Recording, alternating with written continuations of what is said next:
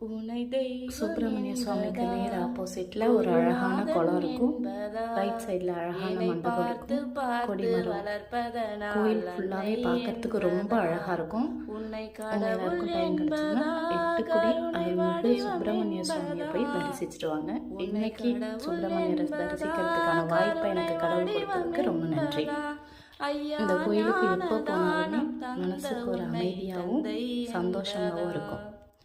எட்டுக்குடி சேரும் முருகனுக்கு அரோகரா. செல்வமெல்லாம் உன்னருளன்றோ, பாடும் பாடல் எல்லாம் உன் தயவன்றோ, சேரும் செல்வமெல்லாம் உன்னருளன்றோ, பாடும் பாடல் எல்லாம் உன் தயவன்றோ, எந்த நேரமும்